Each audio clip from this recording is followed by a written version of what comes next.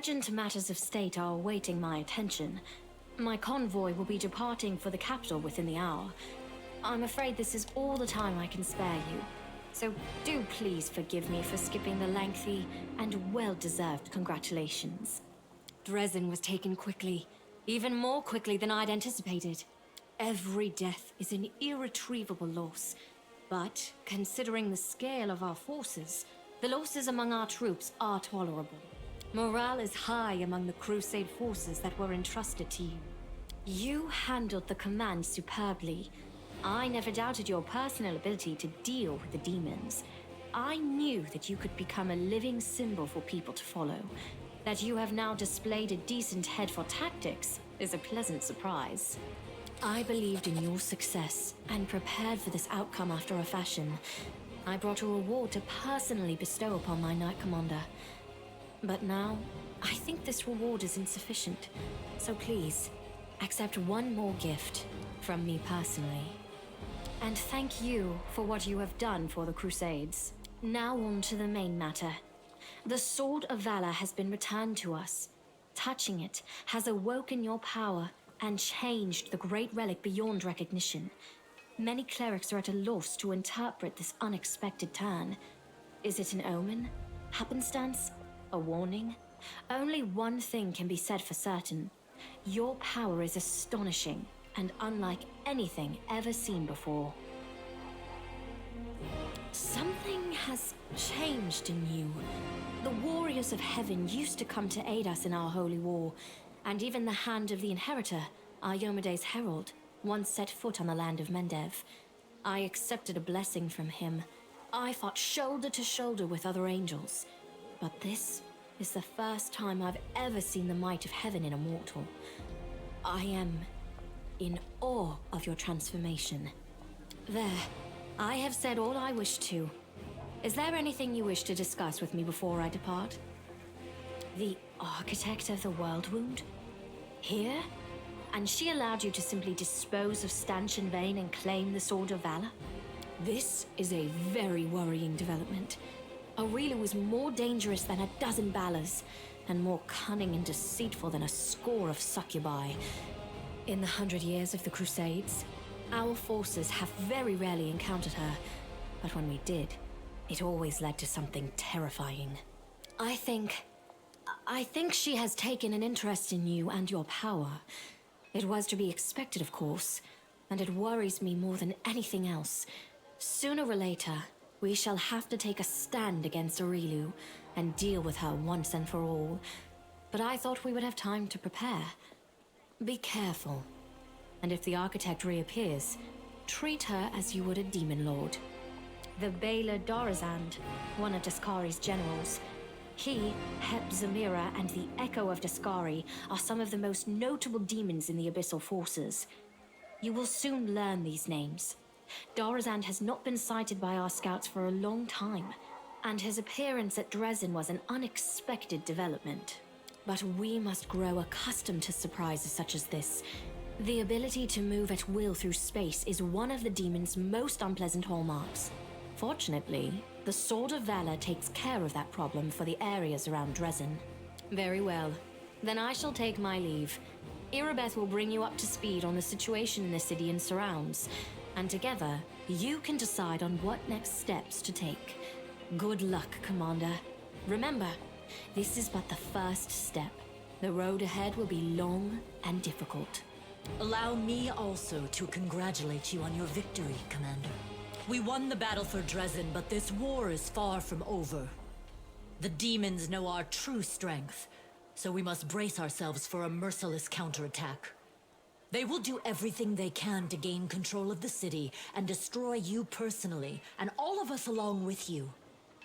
The only good news is that cultists make up more than half of their forces, so they will have to march the same roads as our fighters.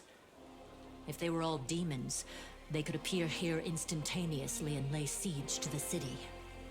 Praise Iomade for small mercies. The main demon forces are moving out from the City of Eyes and the Threshold Fortress. Scouts are reporting that for now, we don't stand a chance of tearing through the defense and launching a counterattack. We can only gather our forces, rebuff their attacks, and wait for the right moment. Unfortunately, other hostile groups keep appearing out of nowhere. And on top of all that, Minago is still prowling around somewhere out there. Anevia's trying to find out where that Abyss scum has run off to. Maybe she's already got some leads. Luckily, we are not alone. Mendev is with us. Queen Galfrey has sent us the first reinforcements. They've just entered the city. Besides, news of your victory is spreading through Avestan. I'm sure that crowds of new volunteers will soon be pouring into Dresden, inspired by your feat. And that's very good news, because we're going to need troops. Here is a brief report about the main problems we're currently facing. Remember that Nabasu that attacked our camp? He had powers that no ordinary demon should have. It is not the only demon of its kind. We keep receiving reports about similar monsters.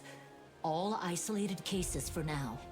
But it's possible that in the future, we will see entire squads, if not armies of them. We must find out where they're coming from. Find the source of their power and destroy it. If we don't, they will crush us before long. Even you can't defeat an entire army of such monsters.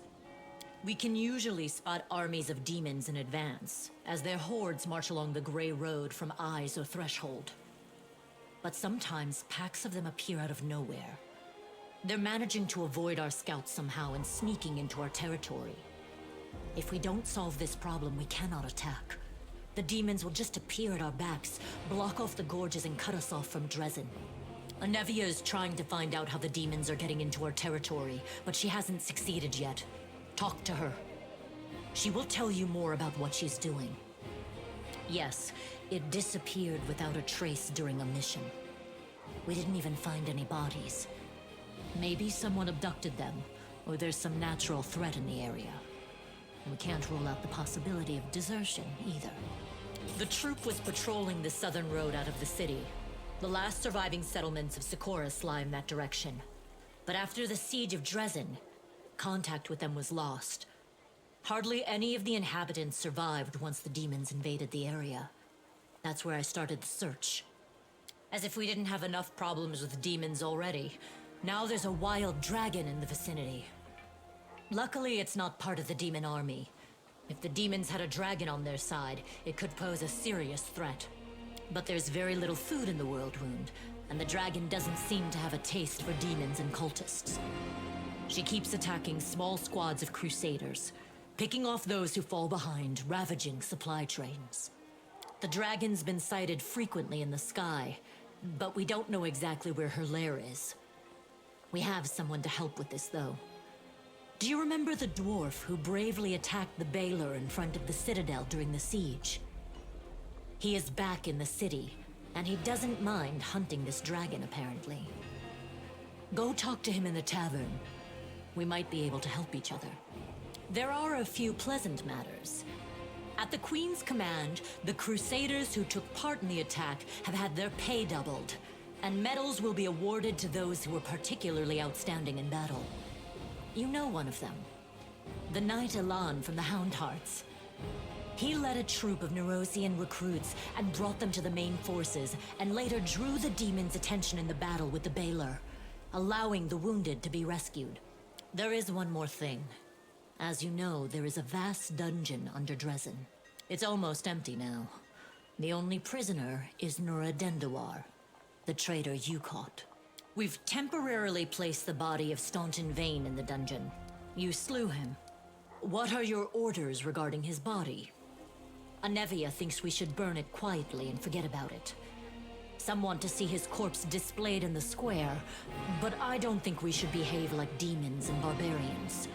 He may have been our enemy, but he deserved to be buried as a knight. However, the decision is yours, of course. Right you are, Commander. Commander. That day during the battle, No. My apologies. That is all, Commander. Thank you for your time.